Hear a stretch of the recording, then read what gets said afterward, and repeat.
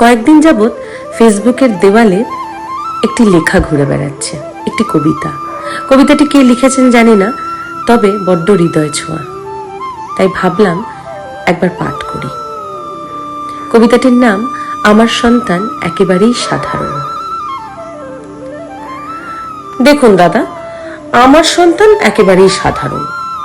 কখনো ফেল করেনি ঠিকই, কিন্তু যেসব নম্বর সমক্ষে বলা আজকাল বারণ, সেরকম পায়। মানে ওই 60 থেকে 80, 90 হবে আগামীতে, তার নই প্রত্যাশী।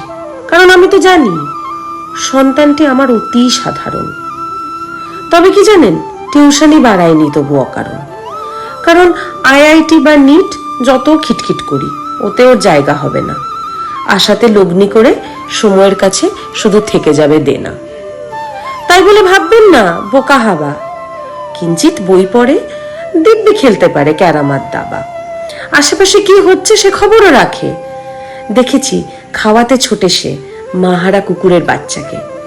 পাড়ার নিরিগুলো ওকে দেখলে ল্যাজনারা থামাতে চায় না। তবে এই সবই সাধারণ খুবই, মানুষকে ডেকে ঠিক বলা যায় না। মানে ও তো ক্যারাম বা দাবা চ্যাম্পিয়ন নয়, খেলে ভালোবেসে বলেই বোধ হয়। পশুপ্রেমী কোনো সংগঠনের নয় কর্ণধার, এমনি ভালোবেসে যত্ন করে সে ওই কুকুর ছানার। একেবারেই সাধারণ আমার সন্তান। খেলাধুলো করে বটে, শখ করে শিখে বাবু গিটারও বাজান। আবার ভাববেন না যেন স্কুল টিমে খেলে, ধুলো কাদা মেখে ফেরে রোজই বিকেলে। তবুও খেলাতে সে এমন কিছু না, না হবে ঝুলন গোস্বামী, না মারাদোনা।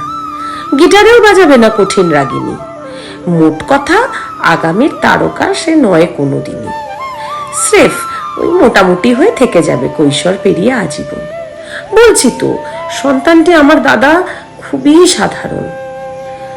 তবে কি জানেন, ওর মার জ্বর হলে জাগে সারা রাত, কিছুই করতে পারে না, তবু মাথায় বোলাবে হাত। টুকটাক করে আনে দোকান বাজারও, মুড হলে করে কত গল্প হাজারো। ওর হাসি কাঁদা, সুখ বিষাদ, অসুখ, খুনসুটি, ভালোবাসার ভুলচুক, তাই দিয়ে আমাদের গোটা সংসারখানা আলো হয়ে থাকে। আগামী আজের কাঁধে বিশ্বাস রাখে। ঘোর ক্লান্তি আর তুমুল অশান্তিতে ওর মুখ দেখলেই স্থির হয় মন। তাই যখন স্টেজে ওর বন্ধুরা ওঠে আর ও বসে হাততালি দিচ্ছে, যখন আমি ওর পিঠে হাত রাখি।